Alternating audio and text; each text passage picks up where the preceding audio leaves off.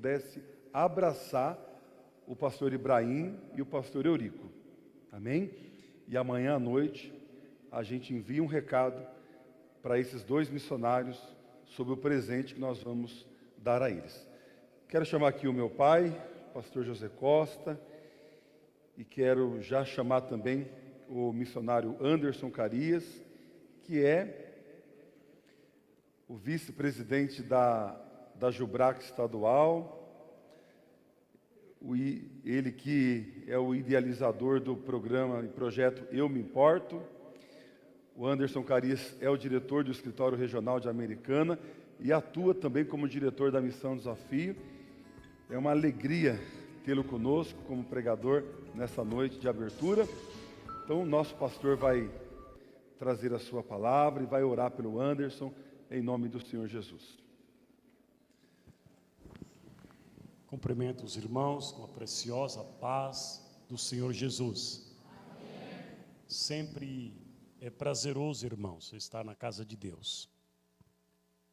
Eu sempre que tenho essa oportunidade de estar aqui, tenho por costume, por hábito de dizer que na casa de Deus é o melhor lugar que a gente possa estar.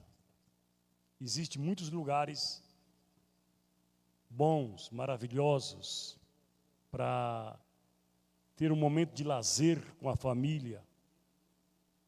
E poderíamos aqui citar vários lugares, mas estar na casa de Deus é muito melhor.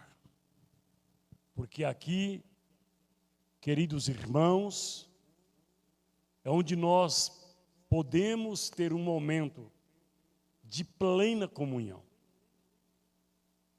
de glorificar o nome do Senhor, de exaltar o nome do Todo-Poderoso e de poder também, irmãos, rever alguns companheiros de ministério, irmãos amados, com quem nós temos um bom relacionamento, e eu quero glorificar a Deus pela vida de cada um de vocês.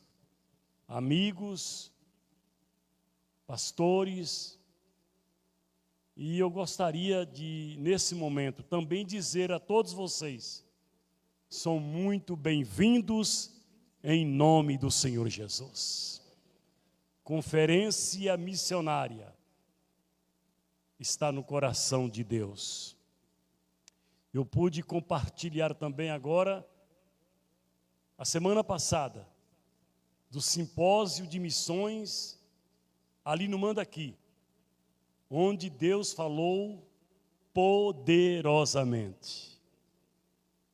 Pastor Emerson já disse aqui, e eu quero reiterar dizendo a todos vocês, irmãos, é algo que realmente agrada os olhos do nosso Deus. Eu quero convidar a todos vocês, por gentileza, se coloque de pé nesse momento, ponha sobre os seus pés. E eu queria também chamar aqui um dos meus companheiros, amigos de ministério, para nos ajudar aqui a abençoar o evangelista, o missionário Anderson Carias, esse moço que tem um coração voltado para a obra de Deus. Talvez você não saiba, irmão Anderson, mas este homem que vos fala aqui agora, tenho orado em teu favor, e tenho visto algo assim, tremendo da parte de Deus na tua vida. Você ainda jovem, que realmente tem um desejo ardente de fazer a obra do Senhor. E eu gostaria de convidar aqui meu amigo pastor Samuel, ali de Itupeva. Eu às vezes me confundo, Itupeva e Indaiatuba, que é meio parecido o nome, né? E por sinal, os dois pastores, tanto de Itupeva quanto de Indaiatuba, chama-se Samuel. Samuel. Ei, glória a Deus. Aleluias. Querido, meu amigo pastor Samuel, vamos orar em favor do nosso querido irmão pregador da noite, Anderson Carias. Por favor, a igreja estende suas mãos para cá. Glória a Deus. A paz do Senhor Jesus a todos. Meu Deus e meu Pai, no nome do Senhor Jesus, estamos diante da Tua presença, Senhor, e neste momento, meu Deus, apresentando o Teu servo, o Teu filho, o nosso amado missionário evangelista Anderson, Senhor, que estará sendo, meu Deus, o ministro da Tua palavra, Pai. Meu Deus, usa a vida do Teu servo, Pai querido, que o Teu Espírito Santo, Senhor, venha falar poderosamente em nossos corações, usando, meu Deus, o Teu Filho, Senhor, nessa noite, Pai, para nos abençoar com a Tua palavra, como já estamos abençoados até este momento, Senhor. Em nome do Senhor Jesus, nós oramos e rogamos a Tua bênção sobre a vida dele, para a glória do Teu nome. Amém, Jesus.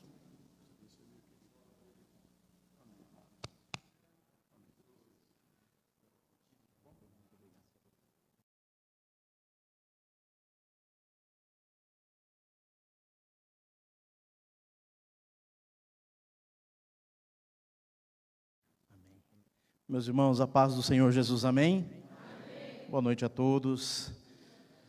Meus irmãos, tome seu assento, por gentileza. É uma alegria, uma honra poder estar aqui nesse dia, nesse final de semana, vindo de um simpósio tão abençoado. E muitas de nossas igrejas estão em conferência. A minha igreja em Piracicaba está em conferência esse final de semana. Semana que vem teremos no nosso escritório regional, lá na Superintendência de Americana, e como isso é prazeroso, irmãos, ver as igrejas, superintendências envolvidos com a obra missionária. Deus seja louvado por isso. Quero louvar a Deus, irmãos, pela vida do nosso pastor José Costa. Obrigado, pastor, pelo carinho sempre. Pastor Emerson, pastor José Maurício, todos os demais pastores que aqui estão, e também a todos que vieram, compareceram nesta sexta-feira, e os que virão amanhã ainda. Eu tenho certeza que Deus tem muita coisa reservada para amanhã. Você crê, irmãos, que Deus tem coisas reservadas ainda para amanhã, irmãos? E que hoje é só a abertura, e Deus vai derramar, irmãos, amanhã de forma sobrenatural. Os irmãos que não me conhecem, eu sou Anderson Carias, eu sou de Piracicaba, aqui do interior de São Paulo, próximo, uma hora e pouquinho aqui, e é sempre uma honra poder estar com o senhor pastor Emerson, uma honra estar com vocês. Meus irmãos, antes de eu entrar no tema, eu queria pedir a liberdade de mostrar um vídeo, e é mais como uma palavra de agradecimento. Os irmãos acompanharam nossa mobilização, as nossas irmãs que trabalharam tanto lá no Eu Me Importo. Irmãos, não parava de chegar gente lá em Eldorado, era ônibus e caravana, e essas irmãs passaram a noite inteira cozinhando, irmãos, para alimentar lá 550 crentes. Você tem ideia do que é isso, irmãos?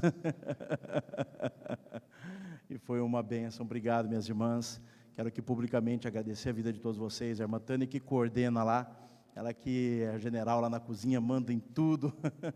Eu quero aqui louvar a Deus pela vida de vocês. Obrigado. Se puder, por gentileza, passar esse vídeo, foi da nossa última cruzada na cidade de Eldorado.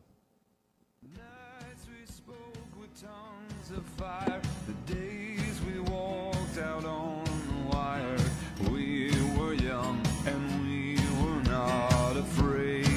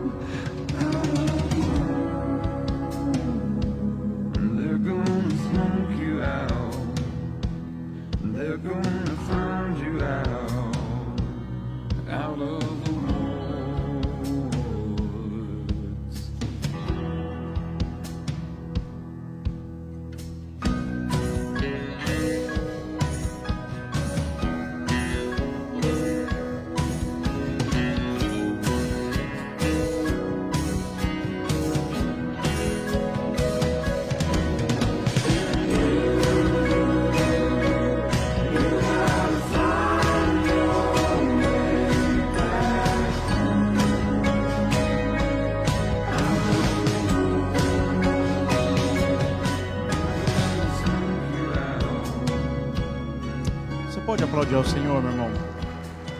Deus seja louvado.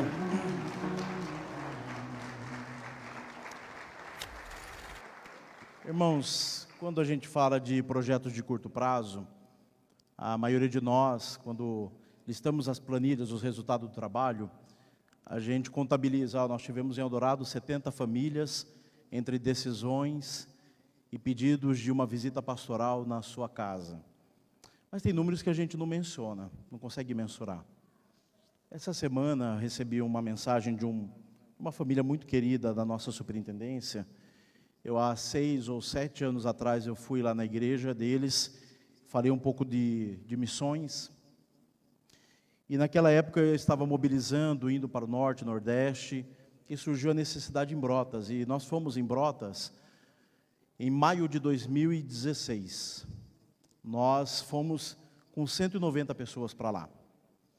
Dentre aquelas 190 pessoas que lá estava essa família. E a filha dela tinha 10 anos de idade, a Emily. A Emily foi lá, como muitas crianças participaram, nós vimos lá, né, irmã, tanta criança, né? E chega com as famílias, os pais. A minha sobrinha, com 11 anos de idade, foi a primeira viagem missionária dela. E aquela criança participou do projeto missionário e passou-se 6 anos, irmãos. Hoje ela tem 16 anos. E a mãe dela mandou mensagem: Anderson, a Emily quer ir para o Amazonas. Eu falei: mas ela não é menor de idade? Eu não estava me lembrando a idade dela. Ela falou: sim, ela é de menor de idade. Ele falou: mas eu preciso contar algo para você que você não sabe. A Emily foi para Brotas, Anderson. E ela está com 16 anos, ela já passou por 2 treinamentos missionários, já fez 3 viagens missionárias, e com 16 anos ela quer ir para o Amazonas agora. 16 anos, irmãos. Você já pensou essa menina com 26 anos? Com 36? Esse é o tipo de fruto que a gente não contabiliza num projeto. E eu fui fruto de um projeto como esse. E eu tenho orado, irmãos, para que projetos de curto prazo como esse, além de alcançar as pessoas, alcance os enviados. O pastor Binho ministrou uma palavra lá no sábado de manhã, no treinamento, devocional, irmãos. E acabou o devocional, a Letícia fez uma dança e tal. Eu acho que foram 37, entrou 37 decisões por Jesus. Eu falei: mas a gente nem saiu evangelizar? Como que entrou 37 decisões no link nosso? E eu não entendi o que aconteceu. Depois, durante a semana, eu fui entender. 37 jovens se reconciliaram com Cristo lá. Eles foram para evangelizar e foram alcançados pela palavra de Deus. Irmãos, eu oro para que ninguém perca a oportunidade de ter uma experiência profunda com Deus. Eu sei que Deus pode fazer coisas extraordinárias com aqueles que, sabe, abrem o seu coração para viver tudo aquilo que Deus tem preparado. Eu tenho orado: Senhor, desses 3.700 jovens que eu já pude levar para o campo missionário, para uma viagem missionária, se 1, 2, 5, 10 deles estiverem de repente num simpósio daqui 10, 15 anos, mostrando o trabalho missionário no campo, já valeu a pena já todo esse esforço. Então continue orando por esses trabalhos. Eu quero que vocês coloquem em pé. Abre em Romanos capítulo 15, pastor José Maurício, ele abriu o texto, eu falei: ele vai falar onde eu vou pregar hoje. Eu falei: espero que ele deixe um bocadinho para mim. Romanos capítulo 15, verso 14. Romanos 15, 14. O subtítulo é Paulo, ministro dos gentios. Verso 14 diz assim, a minha NVI, irmãos, pode ser um pouco diferente da sua. Meus irmãos, eu mesmo estou convencido de que vocês estão cheios de bondade e plenamente instruídos, sendo capazes de aconselhar-se uns aos outros.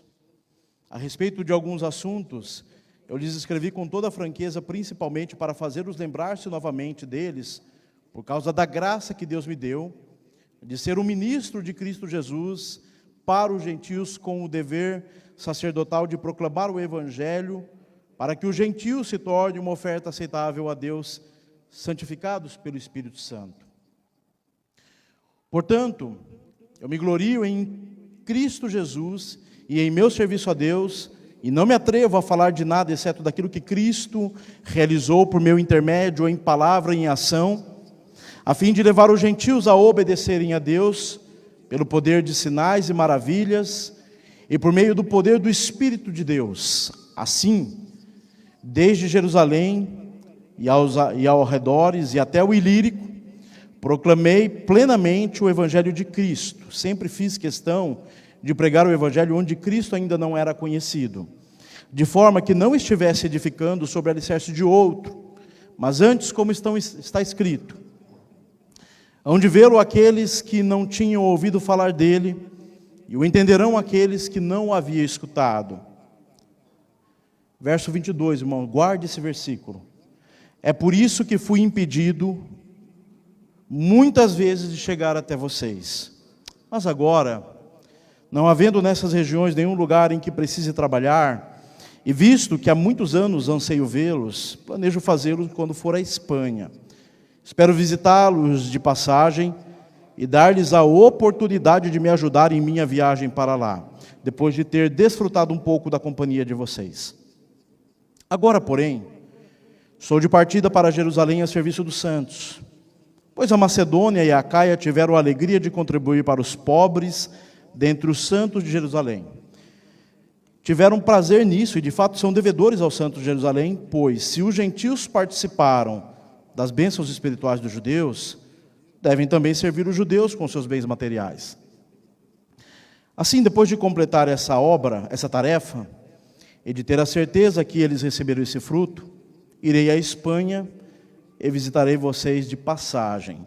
Sei que quando for visitá-los, irei na plenitude da bênção de Cristo. Recomendo-lhes, irmãos, por nosso Senhor Jesus Cristo, e pelo amor do Espírito, que se unam a mim em minha luta, orando a Deus em meu favor. Orem para que eu esteja livre dos descrentes da Judéia, e que o meu serviço em Jerusalém seja aceitável aos santos, de forma que, pela vontade de Deus, eu os visite com alegria, juntamente com vocês, desfrute de um período de, o que diz o texto? Refrigério. O Deus da paz seja com todos, amém. Rendemos graças ao teu nome, Senhor, pela tua palavra. Nos ajuda, Santo Deus, a entendê-la, aplicá-la ao nosso coração, Pai. Faz isso por amor ao teu nome, nós te pedimos, em nome de Jesus. Amém. Tome seu assento, irmãos. Irmãos, é lógico que pregar sobre Paulo em conferência missionária é quase chover no molhado. Mas quando a gente fala de Europa, desejo de evangelização da Europa, nós percebemos que Deus escolheu um homem para isso. Para cravar a semente do cristianismo no coração do Império Romano. Esse homem foi Paulo. Só que, irmãos, por mais profundo, intenso e extenso que a gente seja, ao falar sobre a vida, o ministério e o legado de Paulo, irmãos, é arranhar na superfície. Quando Paulo ele escreve essa epístola aos Romanos, Paulo estava encerrando um amplo trabalho de anos na região de Jerusalém, no Oriente Médio, ao entorno da bacia do Mediterrâneo.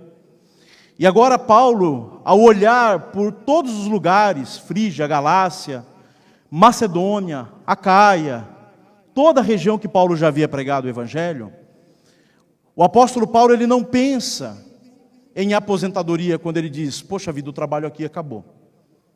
Quando Paulo chega nesse momento em que parece que não tem mais aonde ir, e que todos os lugares que ele poderia alcançar, ele alcançou, Paulo encara um novo desafio. Irmãos, e é nesse momento da cidade de Corinto que Paulo, ele vai encarar o maior desafio missiológico da vida dele. A maioria de nós, depois de tantos anos de árduo trabalho, prisões, de tanto sofrimento, irmãos, e ao olhar a nossa seara, olhar o campo, perceber que foram colhidos, que há igrejas implantadas, que há obreiros trabalhando, e ele olha e fala assim, poxa vida, agora eu posso descansar, eu posso ter refrigério. Paulo não, ele olha para o maior desafio missionário. Irmãos, quando a gente passa pelo seminário e encara a Epístola aos Romanos, a maioria de nós sempre encara ela como uma carta teológica, e de fato ela é. Só que, irmãos, por detrás dessa carta há uma verdade. Essa carta, irmãos, é a carta de um missionário, que estava encerrando a atividade num campo que ele trabalhou 1 ano e meio, e que agora ele olha para o maior desafio do mundo da sua época. Essa carta, irmãos, é a carta de um missionário, escrevendo para uma igreja que não te conhecia, que era a igreja de Roma. tentando despertar na igreja uma igreja mantenedora para o seu desafio missionário. Só que quando Paulo escreve essa epístola de forma magistral, e ele, irmãos, gasta todo o empenho teológico dele para escrever, irmãos, a carta mais importante do cristianismo, como Ulrich Zwingli, um dos pais da igreja na Suíça, escreveu, é a maior teologia sistemática dada à humanidade. Nós nunca podemos esquecer da humanidade de trás dessa epístola, do homem que escreveu, da intenção que estava por detrás. Quando nós chegamos, irmãos, no capítulo 15, Paulo está se despedindo. Capítulo 16, ele despede citando 27 nomes que já estavam em Roma. 27 pessoas que durante os seus anos de ministério, ele havia cruzado, tinha história com essas pessoas e agora estavam em Roma.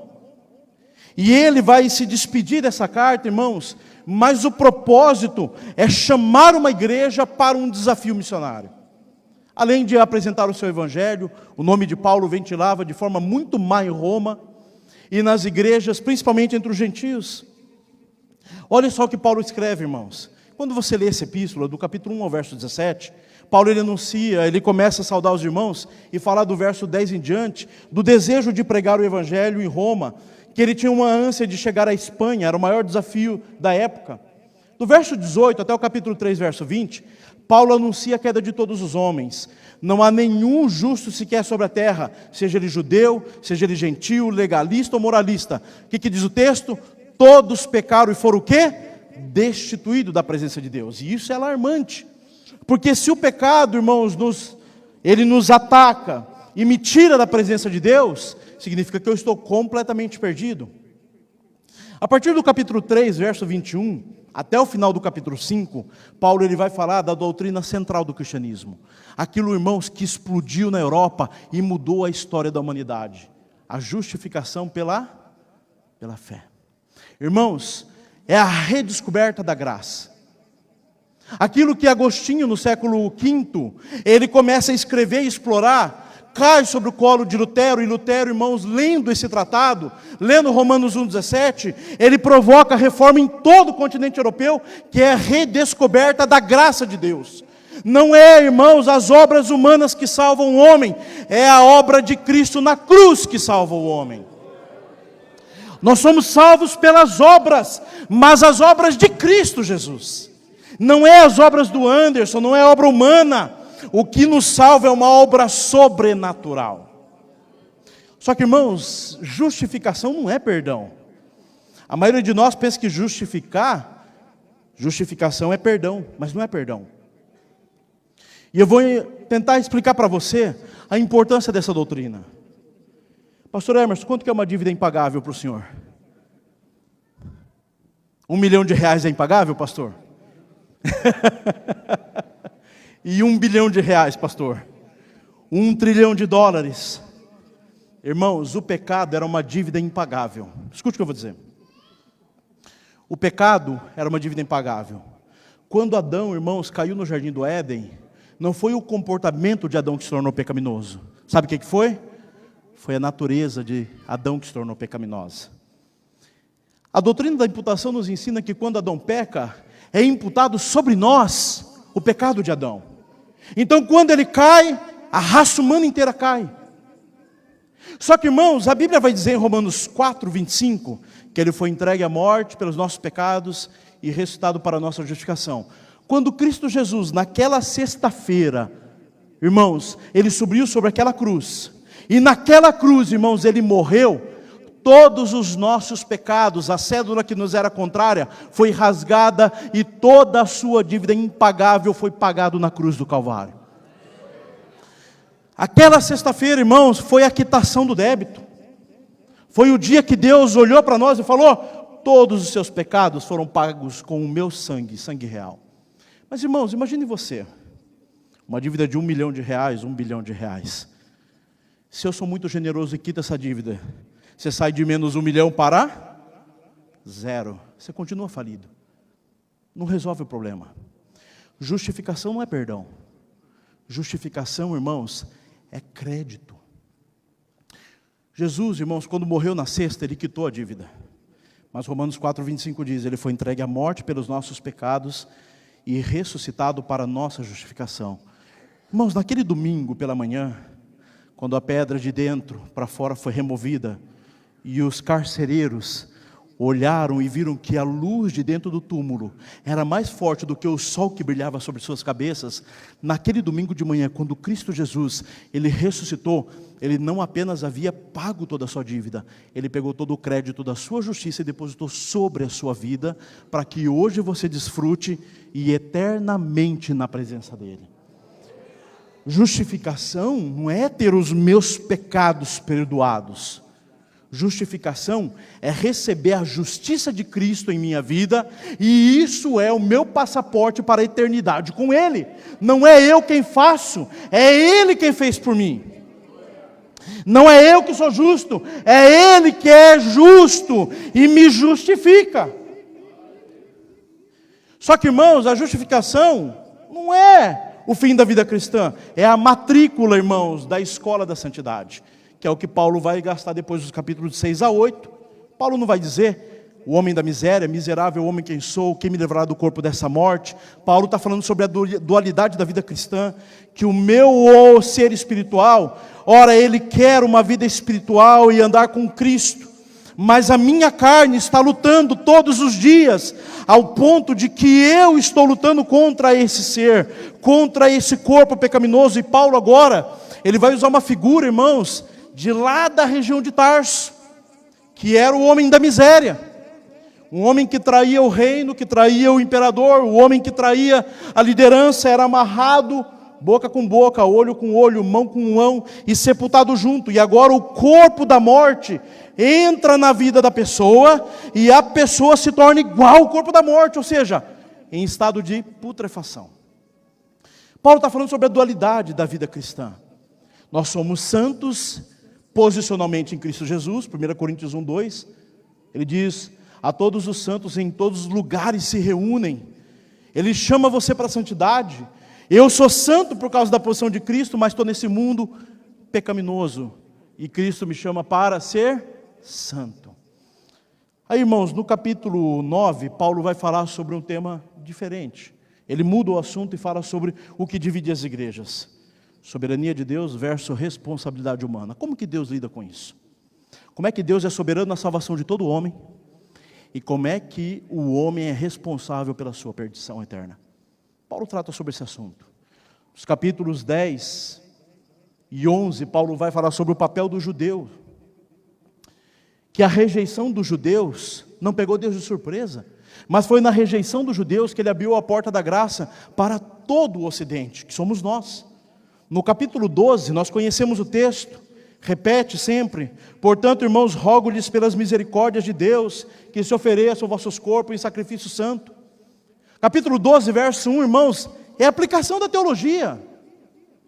É a oitava conjunção do texto, é a oitava, portanto, do texto, quando ele diz: agora que você sabe que você estava caído, que você foi tirado da presença de Deus, mas que na sua morte Ele pagou a sua dívida, na sua ressurreição Ele deu a sua justiça, agora que você vive de forma santa, que você entende que Deus é soberano, e que o homem ele é responsável pela perdição, e que Deus não abriu mão dos judeus, agora você muda a sua mente, e você coloca o seu corpo como um sacrifício a Deus.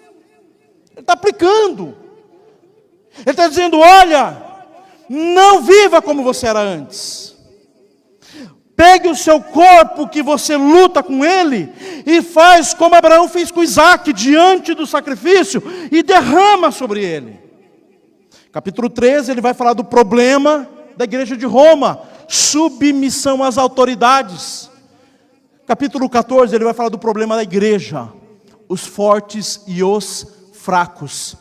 Irmãos, escute o que eu vou dizer e olhe atentamente para mim. Nós evangelizamos, pregamos o evangelho, estendemos a porta da graça a todos. A pessoa entra na igreja, irmãos, começa todo um processo, tirando Deus, o mundo do coração dessa pessoa. E às vezes nós somos impacientes com o trabalhar de Deus. De quem é a responsabilidade de suportar a fraqueza do fraco? Eu que sou Repete comigo, eu que sou? Eu que sou? Forte. É o forte que suporta. Lá estava invertendo, na cidade de Roma. E Paulo adverte a igreja. E é dentro desse assunto que Paulo vai ao versículo 14. Agora, irmãos, exortar a igreja e chamar a igreja para o grande desafio missionário que ele tinha. Perceba que ele começa elogiando a igreja, meus irmãos. Eu estou convencido de que vocês estão cheios de bondade e plenamente instruídos, sendo capazes de se aconselhar uns aos outros. Paulo fala de duas virtudes que a igreja tinha. A primeira era o quê? Bom. E depois, o que ele diz aqui? Estava cheio e plenamente instruído. A palavra instruído é conhecimento. Notem que Paulo, irmãos, após advertir a igreja sobre como eu devo lidar com aqueles que são fracos na fé, aquele que dá um passo para frente, depois dois para trás, como eu tenho que ter paciência, longanimidade, bondade com esse tipo de pessoa, Paulo começa a elogiar a igreja dizendo, olha, vocês têm duas virtudes importantes, bondade no coração e conhecimento na mente. E aqui, irmãos, é algo que a gente precisa pensar, que se for só bondade no coração, irmãos, a gente pode se tornar mole, mas se for só conhecimento na mente, a gente pode se tornar soberbo. Paulo fala de duas virtudes que capacitavam essa igreja ao quê? Ele diz aqui, ao aconselhamento mútuo. A igreja de Roma, os irmãos se lembram, não foi fundada por nenhum apóstolo. Muito provavelmente ela vem das 16 nacionalidades que estavam presentes no dia do Pentecostes, e de lá então nasce a igreja de Roma, e essa igreja agora ela cresce sem pastoreio, sem uma liderança apostólica instituída pelos apóstolos. Só que essa igreja, irmãos, nutre uma virtude que nós devemos nutrir, que é o pastoreio mútuo, é o aconselhamento mútuo, é você saber que você tem na vida do seu irmão, alguém que você possa abrir o coração e falar, e pedir conselhos. Irmãos, nós não abrimos o coração para entrar no Gazeta News da igreja, não, nós abrimos o nosso coração para a restauração das nossas vidas. Precisamos ter maturidade. Paulo está dizendo que essa igreja tem profunda maturidade. Ele vai dizer depois no verso 15, a respeito de alguns assuntos, eu lhes escrevi com toda franqueza, principalmente para fazê-los lembrar-se novamente. E aqui, irmãos, eu preciso pontuar algo. Todos os dias, sem exceção, há uma novidade no mercado da fé. Todos os dias. Quando a gente nem absorveu uma novidade, está chegando outra. Só que Paulo não está indo para uma igreja que não conhece ele, pregando ineditismo. Paulo não está anunciando novidade. Sabe o que Paulo está dizendo para a igreja?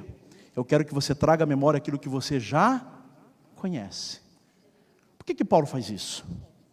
Eu sei que talvez aqui não aconteça, mas lá em Piracicaba acontece. Às vezes o pastor vai pregar e ele vai falar sobre o amor de Deus. Aí ele abre em João 3,16. Aí um outro dia ele vai e abre em 1 João 4,19, o amor de Deus foi derramado. Aí no outro dia ele abre em Romanos capítulo 5, o amor de Deus foi derramado em nossos corações. Você fala, parece que o pastor não tem mais repertório? Só fala do amor de Deus? Por que isso acontece, irmãos? Sabe por que acontece, irmãos? Porque muitas vezes para a gente avançar em doutrinas espirituais de nossa vida, a gente tem que praticar as coisas velhas que a gente já aprendeu e não pratica. O apóstolo Paulo não está exigindo nada de novo da igreja. Falar de missões é novo aqui, irmãos? Sim ou não? Não. E por que a gente faz todos os anos? Sabe por que a gente faz? Porque há uma grande diferença, irmãos, sabe, do conhecimento e da prática do conhecimento. Paulo está chamando, irmãos, a igreja para aquilo que era essencial, para as práticas cristãs. O problema da igreja de Roma não era a ausência de conhecimento, não era a ausência de bondade, era a ausência de prática, vida cristã. Era esse o problema da igreja. Paulo diz assim, eu não quero trazer para vocês algo novo, desconhecido, inédito. Eu quero que vocês peguem aquilo que vocês já sabem, que vocês conhecem, e coloquem em prática. Preciso trazer à memória aquilo que você já sabe. Então Paulo, irmãos, nos chama as práticas de vida cristã. E vida cristã não é só fugir do pecado. Vida cristã, irmãos, é exercer o dom que Deus te deu. É colocar em prática aquilo que Deus te deu. Se Deus chamou para a palavra, seja alguém exemplar nas Escrituras. Se Deus chamou para servir, sirva com alegria no coração, mas faça da sua fé não apenas uma intelectualidade cristã, mas uma vida prática cristã. Paulo chama a igreja para as práticas. Ele vai dizer, no versículo ainda 15, a causa de ele poder chamar a atenção da igreja. Ele diz: eu quero fazer lembrar-te novamente deles, por causa da graça que Deus me deu, de ser um ministro de Cristo Jesus para os gentios, com o dever sacerdotal de proclamar o evangelho de Deus, para que os gentios se tornem uma oferta aceitável a Deus, santificados pelo Espírito. Eu acho muito belo, irmãos, a linguagem de Paulo. Porque aqui Paulo está usando a sua autoridade. Ele está dizendo o seguinte: eu preciso chamar vocês às práticas cristãs. E a pergunta óbvia da igreja é: com que autoridade você faz isso? Paulo, então, ele responde: com autoridade, porque Cristo Jesus, Ele me deu como dever sacerdotal proclamar o Evangelho de Cristo. Meus irmãos, olhem para mim. Nós não pregamos o Evangelho porque temos boa oratória, porque temos boa retórica, porque fizemos um curso. Nós não anunciamos a Cristo Jesus porque temos seguidores no Instagram, porque temos pessoas nas nossas lives.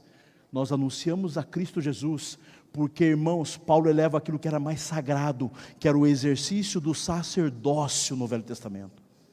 Nós, irmãos, pregamos o Evangelho porque todos nós somos sacerdotes de Cristo Jesus sobre essa terra, anunciando um reino vindouro, eterno. Ele diz que a prerrogativa dele é isso, que o trabalho dele era um dever sacerdotal, e que o fruto do trabalho era entregar uma igreja gentílica como uma oferta diante de Deus, uma oferta aceitável, santificada. Então ele olha para o trabalho, e ele se enxerga como um sacerdote. O seu ofício é proclamar, o seu dever é proclamar o Evangelho, e o fruto do seu trabalho é uma igreja separada para Cristo Jesus. Paulo eleva aquilo que é mais sagrado, irmãos, mais sagrado. E do verso 17, agora Paulo novamente, ele liga o pensamento e fala sobre o futuro. Perdão, ele olha para o passado. Olha o que ele vai dizer no verso 17: portanto, visto que Cristo Jesus me chamou com um dever sacerdotal, o meu dever é trabalhar como o sacerdote trabalhava, e o fruto do meu trabalho é entregar uma igreja gentílica, preparada, santificada para Cristo. Visto isso, ele vai dizer, portanto, eu me glorio em Cristo Jesus, em meu serviço a Deus, e não me atrevo a falar de nada, exceto daquilo que Cristo realizou. Meus irmãos, há muita maneira de a gente roubar a glória de Deus, mesmo que a gente não externe. Paulo não estava, abotoando o próprio paletó, dizendo assim, eu me glorio no que eu faço. Paulo estava dizendo, eu me glorio naquilo que Cristo realiza. Paulo tem plena convicção que tudo o que aconteceu na sua vida não foi por causa da sua capacidade humana. Que tudo aquilo que aconteceu na sua vida foi por causa do quê? De uma realização divina. Irmãos, ao término de uma conferência, de um congresso, de uma cruzada, qualquer coisa que a gente se envolva, se a gente não tomar cuidado do nosso coração, nós podemos roubar a glória da realização de Cristo. A minha oração, assim como no simpósio e como a conferência, é que quando a gente acabe a conferência, fique nítido tudo o que Cristo realizou. E que eu e você fomos apenas intermediário das realizações de Deus. Paulo não se coloca como o grande realizador, ele apenas se coloca como um mero intermediário. E de verdade, irmãos, é isso que nós somos. Tudo que acontece, irmãos, acontece porque Cristo realiza em nós, por meio de nós e apesar de todos nós. É Ele quem realiza. Aí Paulo vai dizer que Deus usou ele em 3 áreas do seu ministério, e isso é muito interessante. Ele vai dizer que Cristo realizou por meu intermédio em palavra e em ação, e depois ele vai dizer, no verso 19, pelo poder de sinais e poder de maravilhas. Palavra que é palavra, pregação. Se teve um homem que Deus usou na palavra, foi Paulo.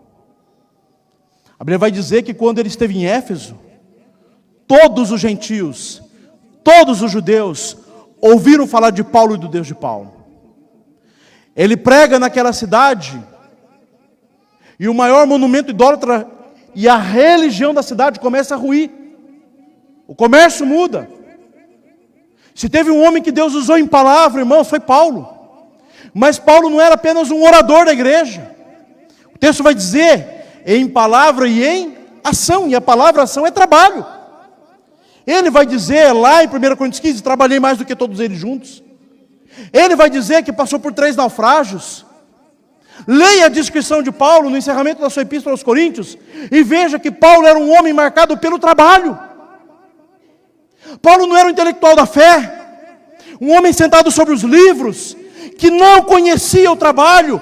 Paulo era um homem que através da sua palavra, o seu trabalho confirmava a sua palavra, e através da palavra confirmava o seu trabalho. Ele era um homem, irmãos, dedicado, incansável, mas ele não é um homem que negligenciou uma, porque se dedicou demais à outra. Ele é um homem que Deus usou em palavra, e Deus usou em ação, em muito trabalho. Ele vai além, ele diz que Deus me usou em sinais e maravilhas. E eu não sei se você já viu isso alguma vez, eu tive a alegria de ver algumas vezes. Me lembro no ano de 2011, estava no interior do Piauí, e chegou um senhor com 3 hérnias penduradas na barriga, já testemunhei isso em um monte de lugar. Ele pegava uma cunha de enxada, os mais jovens acho que não sabem o que é isso, né? Cunha de enxada, né? Depois você fala, pai, o que é uma cunha de enxada? Ele colocava na calça, no cinto, para escorar uma das hérnias. Eu estava lá, na cruzada com o evangelista Edson Teixeira. Naquele tempo eu não sabia cantar, não sabia pregar, não sabia fazer nada. Eu fui para carregar cesta básica, lavar a cadeira, entregar água, era o que eu fazia. Aquele homem chega e diz assim, vocês estão fazendo cirurgia? Eu disse, não. Ele falou, eu preciso de ajuda. E quando ele levanta a camisa, irmãos, aquelas coisas penduradas assim, ó. Era horrível de ver. Eu chamei o César e falei, César, segura ele. Não tinha um presbítero na caravana. Eu falei, meu Deus do céu, não tem ninguém para orar. Não tem tu, vai tu mesmo, né? Achei um óleo de cozinha lá, não tinha óleo de unção. Falei, César, ora aí, vai, abençoa aí, você é missionário. Aí ele orou, catei o óleo, fiz o que a palavra de Deus diz, impus as mãos e orei baseado no texto de Marcos, capítulo 4. Eu falei, Senhor, Marcos coloca em sequência que o Senhor com uma palavra acalmou um mar tempestivo. Com uma palavra o Senhor expulsou todos os demônios. Com uma palavra o Senhor curou uma mulher que há 12 anos sofria de uma hemorragia. E com uma palavra o Senhor trouxe à vida uma menina de 12 anos. Essa foi minha oração. Se o Senhor quiser, o Senhor pode curar esse homem. Impus as mãos, não aconteceu nada. No domingo era o encerramento da cruzada. Quando eu olho assim, irmãos, no meio daquele terreno, eu vi um sertanejo desse tamanho segurando um chapéu e correndo. Aí eu olhei aquilo e falei, mas o homem não estava andando, está correndo. Parecia o Usain Bolt vindo assim. Ele veio correndo pela tenda, irmãos, me abraçou pela cintura e começou a pular. E eu falei, o que o senhor tem? O senhor não estava andando ontem de dor? Ele disse, era por volta de meia-noite, eu senti que estourou uma das hérnias. E eu só lembrei da oração. Falei, o Deus do missionário tem misericórdia de mim. O Deus do missionário tem misericórdia de mim. E apaguei. Acordei hoje cedo. E quando eu acordei, olha o que aconteceu. Irmãos, quando eu olhei, não tinha nada na barriga daquele homem. Deus seja louvado por isso.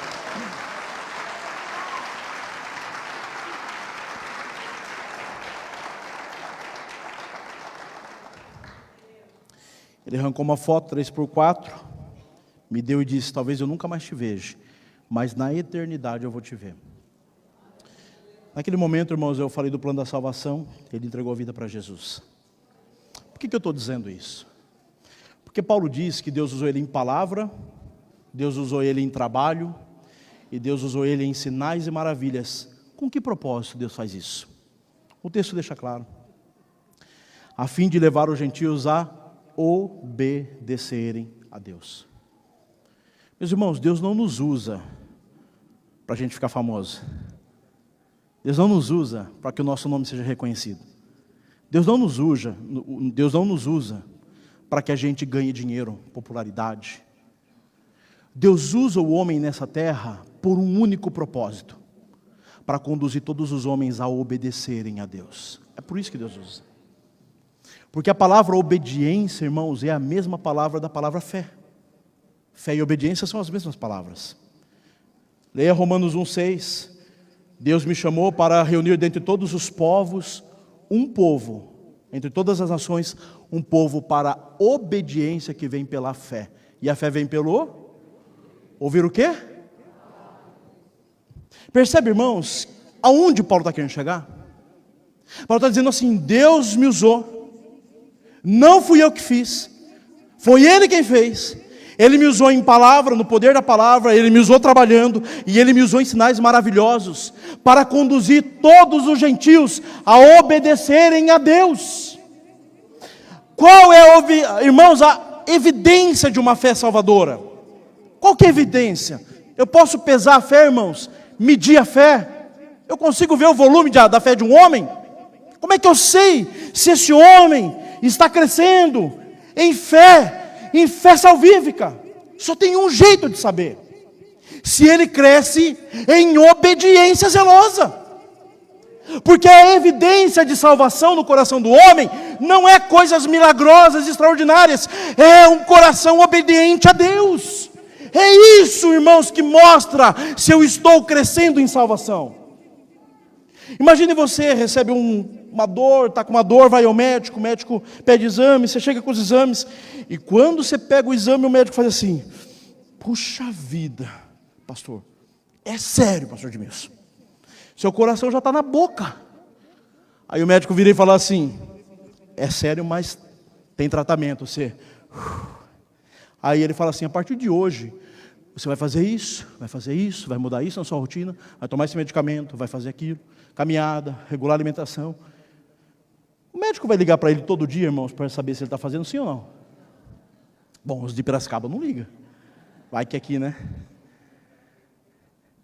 Como é que o médico sabe se ele obedeceu? Se ele creu, na prescrição médica. Se ele Você entendeu, irmãos, que Paulo está dizendo que a igreja de Roma, uma igreja estruturada, ela faltava práticas cristãs. E qual a prática que faltava? A obediência à palavra de Deus. Era esse o problema. Meus irmãos, eu não faço missões porque Deus mandou um anjo e falou para mim: filho, faça missões. Sabe por que eu me envolvo com a obra missionária? Porque eu obedeço à palavra de Deus. Por que eu dizimo na igreja? Por que eu sou generoso? Por que eu dedico a minha vida? Tudo se trata de obedecer a palavra de Deus. Há uma visão de Deus, irmãos, para novamente alcançar o continente que Paulo está orando para ir. E Paulo está debaixo do quê? Da obediência de Deus. Notem que Paulo, irmãos, ele está dizendo que Deus usou ele para conduzir os gentios a obedecerem, porque a evidência da fé salvadora é a obediência zelosa. E Paulo ele vai dizer, verso 19: assim, desde Jerusalém até o Ilírico e aos redores, proclamei plenamente o Evangelho de Cristo, e sempre fiz questão de pregar o Evangelho, aonde Cristo não era conhecido, de forma que não estivesse edificando sobre alicerce de outro. Após ele ensinar a igreja o princípio, irmãos, primordial da fé cristã, que é a obediência. Leia Efésios 2, vai dizer que nós éramos desobedientes, filhos da ira. Você vai ver que a Bíblia relata que todos aqueles que não estão em Cristo são naturalmente rebeldes e filhos da ira, porque a desobediência é a marca daqueles que não são de Cristo, e a obediência é a marca daqueles que pertencem a Cristo. É evidência. Após ele falar isso, ele diz que ele pregou, irmãos, de Jerusalém ao redor, o Ilírico, E ele sempre fez questão de pregar o evangelho aonde ninguém tinha pregado. Primeira coisa, irmãos, olha só, Paulo não tinha avião, Paulo não tinha, irmãos, carro. Irmãos, naquela época você andava de camelo, andava de cavalo, andava de navio. Paulo pregou 2.500 quilômetros na bacia do Mediterrâneo. Irmãos, o Ilírico é a região do mar Adriático. Paulo chegou na região onde hoje é a Albânia, a costa da Itália. Ele está dizendo que talvez ele, ou por influência do seu ministério, a sua mensagem chegou até lá, de Jerusalém até onde hoje é o mar Adriático, pela influência do seu ministério. Durante o seu período ele fez isso. E qual a regra de trabalho de Paulo?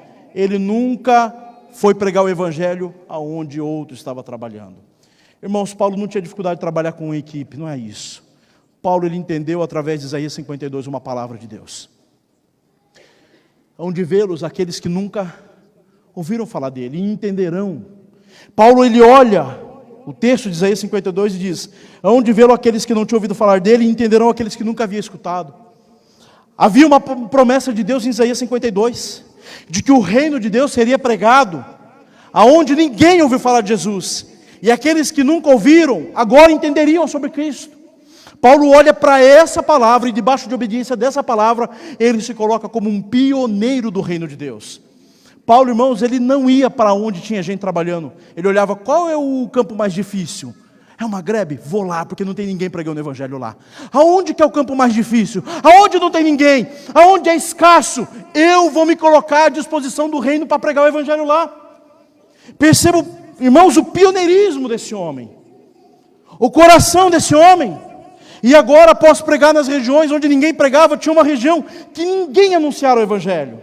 Era a Espanha, a última fronteira civilizatória do mundo antigo. Aí, irmãos, Paulo lhe diz no versículo 22, que eu pedi para você guardar. Ele diz assim: é por isso que muitas vezes eu fui impedido de chegar até vocês. Essa palavra, irmãos, eu quero falar sobre 3 impedimentos que Paulo sofreu. O que impede o avanço da obra de Deus, irmãos? O que impede o nosso avanço sobre a Europa, sobre a Ásia, sobre a África? O que impediu Paulo nos seus dias? Paulo diz que ele teve 3 vezes impedido de avançar. Irmãos, só há 3 citações na Bíblia sobre 3 vezes que Paulo foi impedido de fazer algo. O primeiro dele, você se lembra, está em Atos 16. Província da Ásia, Mísia e Bitínia fecharam-se as portas. Quem que fechou as portas? Deus. A segunda vez, irmãos, que você vai ler que Paulo foi impedido de fazer algo, está em 1 Tessalonicenses 2,18. Lá ele diz que ele não chegou porque o diabo impediu ele de avançar. Então, se em Tessalônica era o diabo, e se em Filipos era Deus, o que impedia ele de chegar em Roma agora? Ele vai dizer no verso 23, eu já estou encerrando. Mas agora, não havendo nessas regiões nenhum lugar para trabalhar, ou seja, todos os lugares que ele podia, ele foi. E visto que há muito tempo anseio vê-los, ou seja, há anos eu quero chegar nesse campo, planejo fazê-lo quando for à Espanha. Ou seja, quando eu for pregar o evangelho onde não tem ninguém pregando, eu vou passar pela igreja de Roma.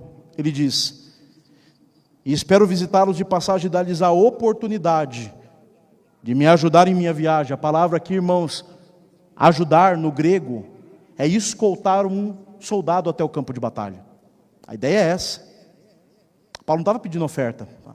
Paulo está dizendo assim: eu quero que vocês pisem o campo comigo, igreja. Eu quero que vocês me ajudem. E eu vou dar a oportunidade de você participar disso. Missões não é obrigação, é oportunidade no reino de Deus. Ele continua concluindo dizendo que agora ele vai para Jerusalém, porque a Caia e a Macedônia reuniram uma oferta, e Paulo agora reúne a oferta para levar o evangelho, a oferta até Jerusalém.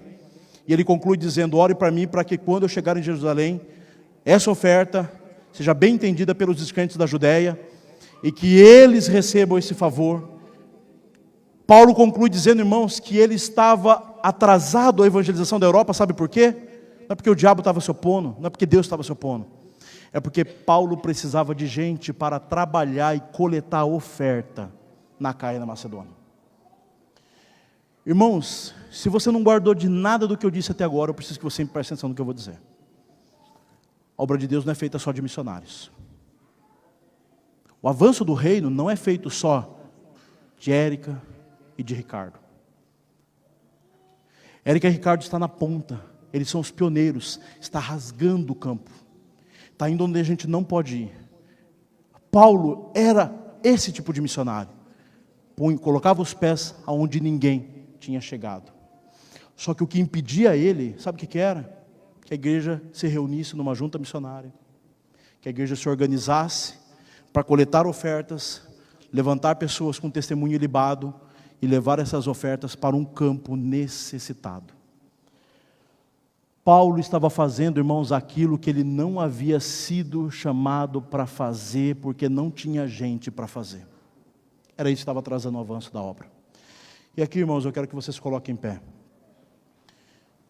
Muitos de nós, quando olham, irmãos, a necessidade do campo, quando a gente olha os desafios do campo, a gente diz, mas eu não sou esse missionário capacitado, eu não conheço a palavra como ele, eu não tenho o idioma, eu não tenho a língua, eu não tenho tanta coisa.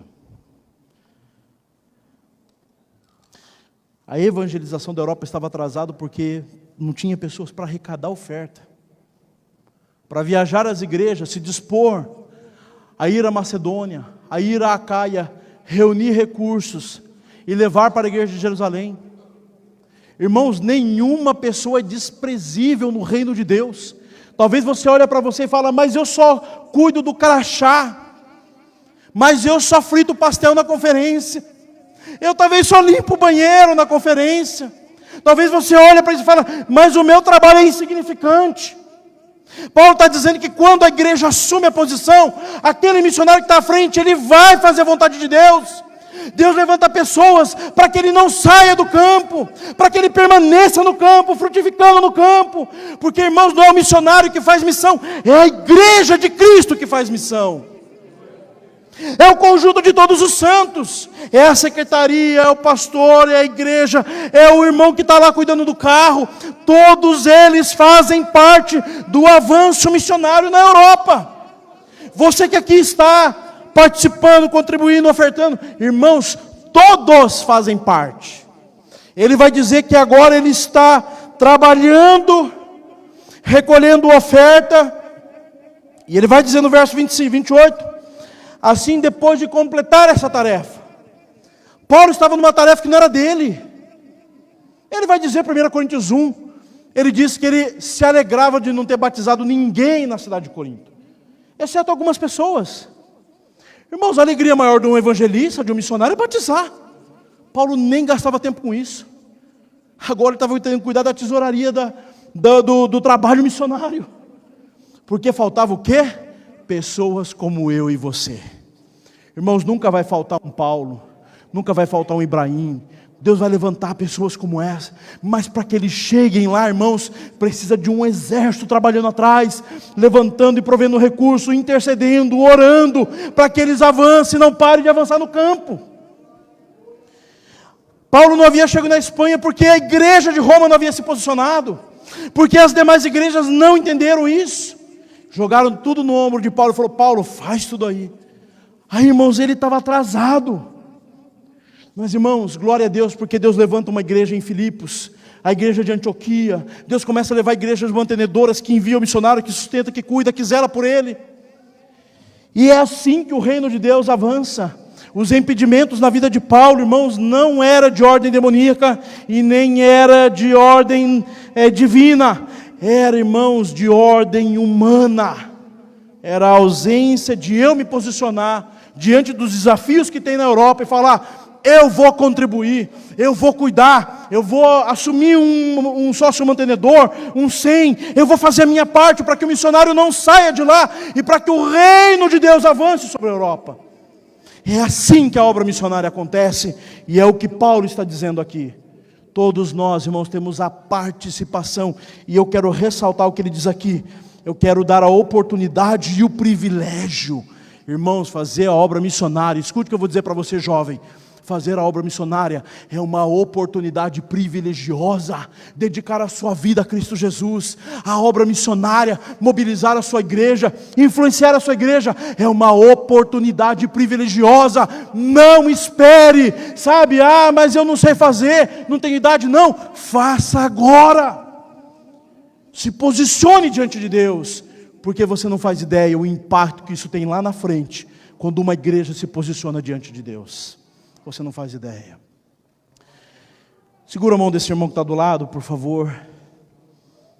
Eu quero desafiar o seu coração, meu irmão. Você viu os programas? Paulo disse que não faltava. Ele queria ir há anos, mas não conseguiu, porque faltava pessoas na retaguarda. Esses programas somos as pessoas, nós somos as pessoas da retaguarda. Nós temos missionários treinados, irmãos, pelo Alfa há anos, preparado para ir para a Europa, mas não vai porque falta recurso. Falta, irmãos, a retaguarda. Não deixe passar essa conferência. Não espere pela próxima para assumir um compromisso diante de Deus. Deus, Ele vai prover o recurso na sua mão. Se desafie, você vai ver coisas sobrenaturais sobre a sua mão. Espírito Santo de Deus, nós ouvimos a sua palavra. Pai querido e Pai amado, o coração desse missionário, que ele diz que ele há anos queria ir, mas que ele estava empenhado numa seara que não era dele, cuidando de áreas que não era dele, Senhor, porque faltava mão de obra, Pai querido, na retaguarda, organizando recursos, Santo Deus, trazendo clareza dos recursos, levando recurso para o campo missionário, Senhor. Nos dias dele não era como o nosso, que eu deposito aqui e chega amanhã lá. Não, era uma pessoa carregando numa viagem perigosa, Senhor, em uma viagem que talvez não voltasse, com recursos da igreja, Senhor, com moedas, Pai querido e Pai amado. O ombro cansava, o cavalo cansava, mas ele percorria 1.000, 1.100, 1.500 quilômetros para que Jerusalém recebesse a oferta. Nos dias dele faltava homens valentes, fortes, corajosos, que enfrentassem viagens difíceis para levar a oferta, Senhor. Era isso que faltava. Não faltava o missionário, o desejo missionário, o zelo missionário, o empenho missionário. Faltava, Senhor, pessoas da retaguarda, Senhor, sustentando, preparando, suprindo, Senhor. Nos ajuda a suprir essa necessidade, Pai, para que o reino, Santo Deus, avance sobre a Europa, avance sobre a Ásia, avance sobre o mundo, Senhor. Me deixa ser, Senhor. Senhor, como eu queria ter sido no dia de Paulo, o homem que segurava a sacola pesada das moedas, Senhor. Viagens noturnas, Senhor, naufrágios com Paulo carregando, Santo Deus, a moeda da misericórdia, Senhor. Não é como nos dias de hoje, Santo Deus. Naquele dia era esforço, naquele tempo era pesaroso. Espírito Santo de Deus, e Paulo sentia necessidade de ajuda, Senhor. Pai, nós precisamos primeiro de tudo é a ajuda do alto, Senhor. É a ajuda do Senhor, Pai. Mas além disso, Senhor, nós precisamos da ajuda da igreja do Senhor. É a igreja do Senhor que faz missões. É a igreja do Senhor que faz, Santo Deus, a obra missionária, enviando o missionário, levantando junta missionária, fazendo conferências missionárias. É a igreja do Senhor. Faz isso por amor ao teu nome, Senhor. Nos ajuda, Pai, em nome de Jesus. Aplauda ao Senhor, meus irmãos.